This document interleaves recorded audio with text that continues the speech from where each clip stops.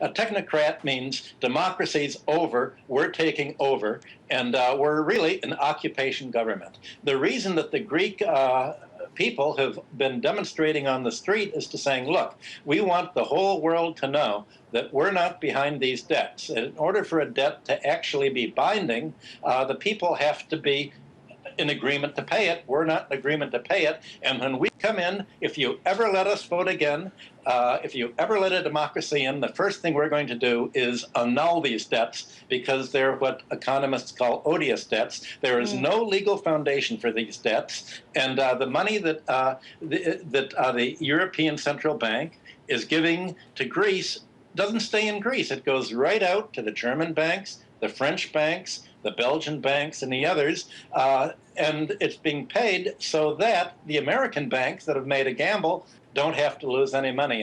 All we need is to enforce the laws. And when Mr. Obama appoints Tim Geithner, he's not going to enforce the law. He's a technocrat, meaning a financial lobbyist. When he appoints the Justice Department, Eric Holder, is head of the Justice Department. That means we are not going to prosecute any financial fraud. These are our campaign contributors, as you just pointed out. Right, exactly. So then, Dr. Hudson, is there, those 1% that you're talking about, them aside, does the rest of the 1% that are just normal people earning their living that aren't connected like that, do they have more in common than the 99% than the media and politicians, for that matter, would let us believe?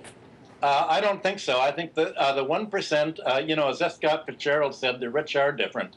And they're different because they use tax shelters. The richest 1% don't earn an income at all. They make capital gains. They don't pay taxes. Only the little people pay taxes. But there's some big people, too, that pay a lot of their money in taxes. With tax avoiders, we're dealing with people that don't go to jail when they cheat. You have normal people, if they steal, go to jail. The richest 1% don't go to jail. They have the lawyers working for them, and the government promises, we are not going to send you guys to jail if you're crooks. We want your campaign contributions. You're our constituency. So the 1% is the constituency of whoever is going to be president, whether it's Republican or Democrat. They're technocrats, meaning essentially lobbyists for the gang that's taken over. And the gang is basically a Wall Street gang.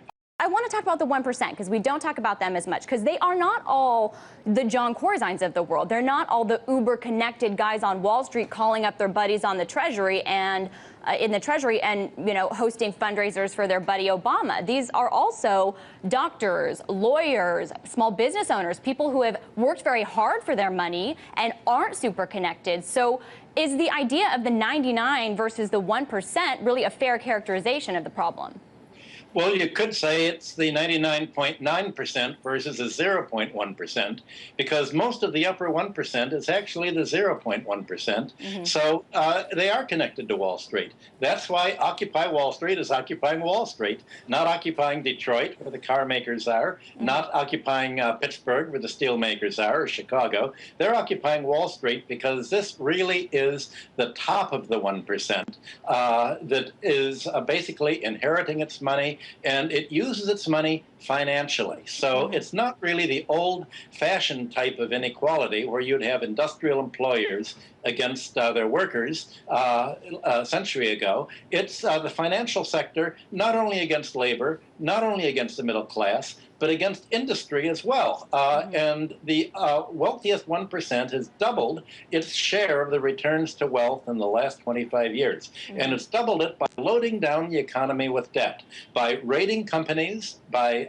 taking over their stock with bonds and paying out their revenue to shareholders. It's grabbing the pension funds and essentially reneging on them to pay the corporate raiders. So we're seeing a financialization of the economy, and that's really what the protest is about. The financialization, not the industrialization. The real issue then, not a battle between rich and poor, but a battle between those super connected and powerful that you're talking about, who want to control society to their benefit and distribution of wealth to their benefit too, and those who just want freedom and want a free market and want to be able to work hard and not have the burdens of government. The people you called technocrats before, technocrats sound scientific. What they really are junk economics. And they've turned the concept of free market upside down.